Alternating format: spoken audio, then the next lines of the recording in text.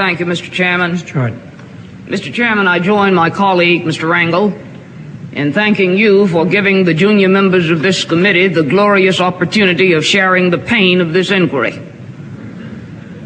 Mr. Chairman, you are a strong man, and it has not been easy, but we have tried as best we can to give you as much assistance as possible. Earlier today, we heard the beginning of the preamble to the Constitution of the United States. We the people. It's a very eloquent beginning.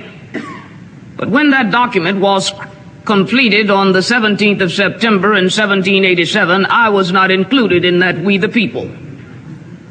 I felt somehow for many years that George Washington and Alexander Hamilton just left me out by mistake.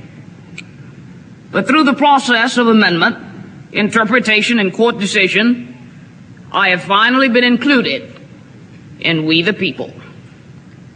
Today I am an inquisitor, and hyperbole would not be fictional and would not overstate the solemnness that I feel right now.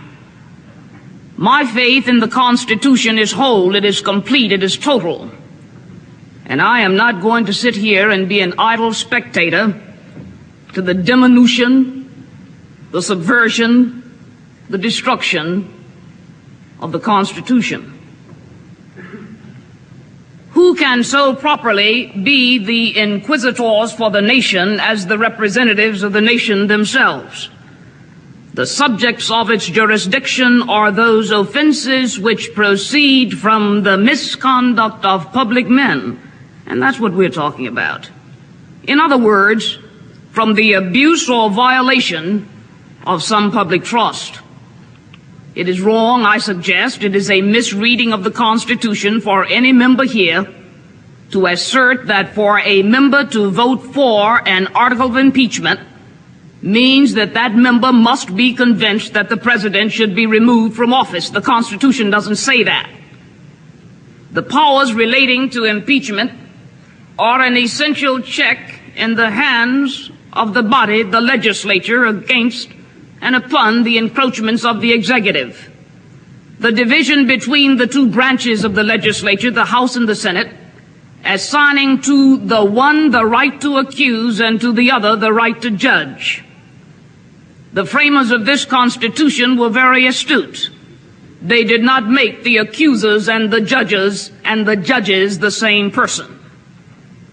We know the nature of impeachment. We've been talking about it a while now. It is chiefly designed for the president and his high ministers to somehow be called into account. It is designed to bridle the executive if he engages in excesses. It is designed as a method of national inquest into the conduct of public men. The framers confided in the Congress the power, if need be, to remove the president in order to strike a delicate balance between a president swollen with power and grown tyrannical and preservation of the independence of the executive. The nature of impeachment, a narrowly channeled exception to the separation of powers maxim. The Federal Convention of 1787 said that. It limited impeachment to high crimes and misdemeanors and discounted and opposed the term maladministration. It is to be used only for great misdemeanors, so it was said in the North Carolina Ratification Convention. And in the Virginia Ratification Convention, we do not trust our liberty to a particular branch. We need one branch to check the other. No one need be afraid. The North Carolina Ratification Convention, no one need be afraid that officers who commit oppression will pass with immunity. Prosecutions of impeachments will seldom fail to agitate the passions of the whole community, said Hamilton in the Federalist Papers number 65. We divide into parties, more or less friendly or inimical to the accused. I do not mean political parties in that sense. The drawing of political lines goes to the motivation. behind impeachment, but impeachment must proceed within the confines of the constitutional term high crime and misdemeanors. Of the impeachment process, it was Woodrow Wilson who said that nothing short of the grossest offenses against the plain law of the land will suffice to give them speed and effectiveness. Indignation so great as to overgrow party interest may secure a conviction, but nothing else can. Common sense would be revolted if we engaged upon this process for petty reasons. Congress has a lot to do.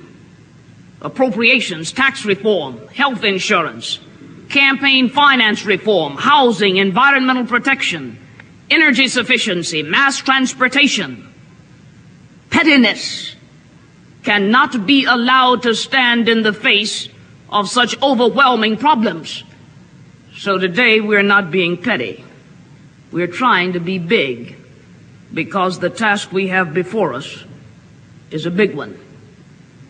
This morning, in a discussion of the evidence, we are told that the evidence which purports to support the allegations of misuse of the CIA by the president is thin. We're told that that evidence is insufficient. What that recital of the evidence this morning did not include is what the president did know on June the 23rd, 1972. The president did know that it was Republican money, that it was money from the Committee for the Re-election of the President, which was found in the possession of one of the burglars arrested on June the 17th. What the president did know on the 23rd of June was the prior activities of E. Howard Hunt, which included his participation in the break-in of Daniel Ellsberg's psychiatrist, which included Howard Hunt's participation in the Dita Beard ITT affair, which included Howard Hunt's fabrication of cables designed to discredit the Kennedy administration. We were further cautioned today that perhaps these proceedings ought to be delayed because certainly there would be new evidence forthcoming from the President of the United States. There has not even been an obfuscated indication that this committee would receive any additional materials from the President. The committee subpoena is outstanding, and if the President wants to supply that material, the committee sits here. The fact is that on yesterday, the American people waited with great anxiety for 8 hours, not knowing whether their president would obey an order of the Supreme Court of the United States. At this point, I would like to juxtapose a few of the impeachment criteria with some of the actions the president has engaged in. Impeachment criteria. James Madison, from the Virginia Ratification Convention. If the president be connected in any suspicious manner with any person and there be grounds to believe that he will shelter him, he may be impeached. We have heard time and time again that the evidence reflects the payment to defendants, money. The president had knowledge that these funds were being paid, and these were funds collected for the 1972 presidential campaign. We know that the president met with Mr. Henry Peterson 27 times to discuss matters related to Watergate, and immediately thereafter met with the very persons who were implicated in the information Mr. Peterson was receiving. The words are, if the president is connected in any suspicious manner with any person, and there be grounds to believe that he will shelter that person, he may be impeached. Just a story. Impeachment is intended for occasional and extraordinary cases where a superior power acting for the whole people is put into operation to protect their rights and rescue their liberties from violations. We know about the Houston plan. We know about the break-in of the psychiatrist's office. We know that there was absolute, complete direction on September 3rd when the President indicated that a surreptitious entry had been made in Dr. Fielding's office after having met with Mr. Ehrlichman and Mr. Young. Protect their rights, rescue their liberties from violation. The Carolina Ratification Convention impeachment criteria: those are impeachable who behave amiss or betray their public trust. Beginning shortly after the Watergate break-in and continuing to the present time, the President has engaged in a series of public statements and actions designed to thwart the lawful investigation by government prosecutors. Moreover, the President has made public announcements and assertions bearing on the Watergate case, which the evidence will show he knew to be false. These assertions, false assertions, impeachable those who misbehave, those who behave amiss or betray the public trust. James Madison again at the Constitutional Convention: a president is impeachable if he attempts to subvert the Constitution. The Constitution charges the President with the task of taking care that the laws be faithfully executed.